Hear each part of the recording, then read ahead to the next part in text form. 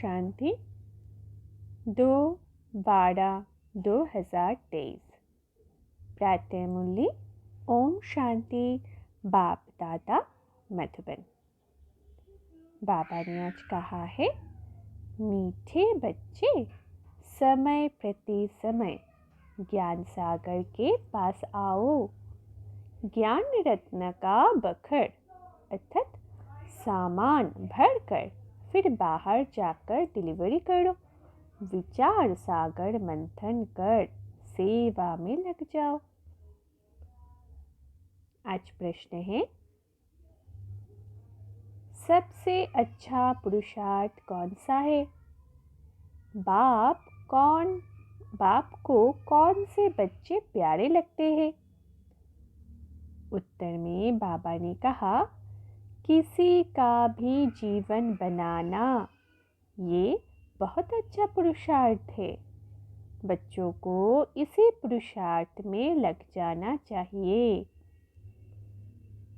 कभी अगर कोई भूल हो जाती है तो उसके बदले में खूब सर्विस करो, नहीं तो वो भूल दिल को खाती रहेगी।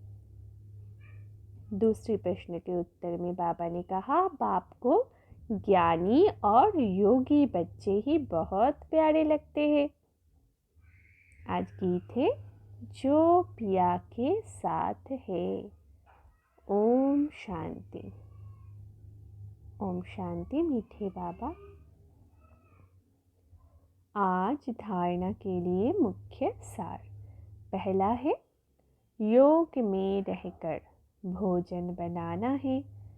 योग में ही रहकर भोजन खाना और खिलाना है।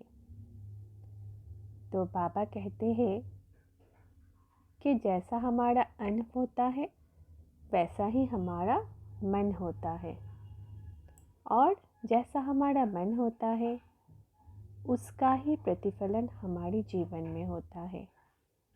तो हमें अपने अन्न पर बहुत ध्यान देना है। हमारी जो पहली धारणा श्रीमत में, पवित्र बनो, तो पवित्रता का फाउंडेशन में ये अन्न शुद्धि भी आता है। शुद्ध भोजन तो वो कैसे होगा? हम जब भोजन बनाते हैं तब बाबा की याद में वो जो प्योर वाइब्रेशन, पवित्रता की शक्ति, उसमें भरकर हमें भोजन बनाना है। और सिर्फ यही नहीं, जब हम भोजन स्वीकार करते हैं तो पहले तो वो बाबा का स्वीकार कराए, बाबा को भोग लगाए, फिर उसको स्वीकार करें। योग युक्त होकर फिर भी भोजन करेंगे हम। पहला तो है भोजन बनाते समय योग युक्त स्थिति। दूसरा है खाने की समय, भोजन स्वीकार करने के समय बाबा को अर्पण करके फिर भोजन स्वीकार करना, और खाते हुए भी, भोजन करते हुए भी बाबा की याद में रहना। एक एक गिट्टी बाबा की याद में खाना, क्योंकि यही हम भूल जाते हैं। ब्रह्मा बाबा भी कहते हैं, तो पहले तो बाबा को याद करके खाना शुरू करते, भोजन स्वीकार करना शुरू करते, फिर बाबा भूल जाते हैं। और बाबा सोचते हैं कि मैं ही भूल जाता हूँ तो बाकी बच्चे भी क्या हालत होगी। दूसरी धारणा है, बाबा ने जो समझाया है उस पर अच्छी रीति विचार सागर मंथन कर योग युक्त हो औरों को भी समझाना है। तो बाबा हर दिन मुरली में हमें बहुत सारे ज्ञान के पॉइंट्स, ज्ञान के बिंदु समझाते हैं। तो जो भी हम समझे उसको अच्छी रीति विचार सागर मंथन करना है, फिर योग युक्त स्थिति में औरों को समझाना है। तो हमें मनसा वाचा कर्मणा सेवा एक ही साथ में करनी है। इसलिए बाबा बोलते हैं कि मुरली के पॉइंट्स मनन चिंतन करो। जितना हम मनन चिंतन करेंगे उतनी ही हमारी बुद्धि की जो ताला है वो खुलता जाएगा, और हमारी विचार सागर मंथन करने की शक्ति जितना बढ़ेगी, बुद्धि का ताला जितना खुलेगा, आत्मा का जो स्वधर्मिक ज्ञान है ना, वो भी हमारे अंदर इमर्ज होता जाएगा। तो इससे क्या होगा, जब हम किसी को भी समझाएंगे जुग जुग स्थिति में, तो उसको वो पॉइंट्स, वो ज्ञान की बिंदु बहुत अच्छे से समझ में आएगा। आज का वरदान है, बाबा का हाथ अपनी मस्तक पर अनुभव करेंगे।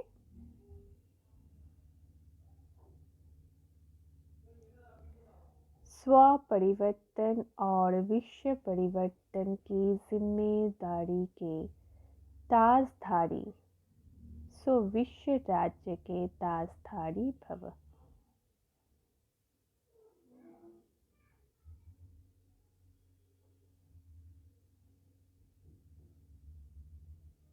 विस्तार में बाबा ने कहा, जैसे बाप के ऊपर प्राप्ति के ऊपर हर एक अपना अधिकार समझते हो, ऐसे स्व परिवर्तन और विश्व परिवर्तन दोनों के जिम्मेदारी के ताजधारी बनो, तब विश्व राज्य के ताज अधिकारी बनेंगे।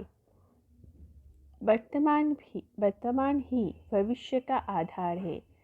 चेक करो और नॉलेज के दर्पण में देखो कि ब्राह्मण जीवन में पवित्रता का, पढ़ाई और सेवा का डबल ताज है।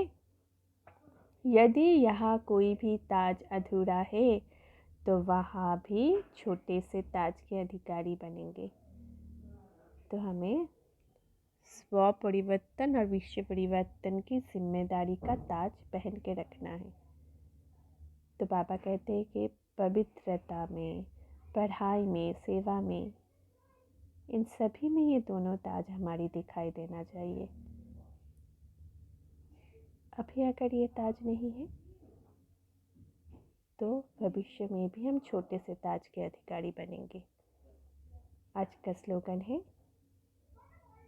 सदा बाप दादा की छत्र छाया के अंदर रहो तो विघ्न विनाशक बन जाएंगे।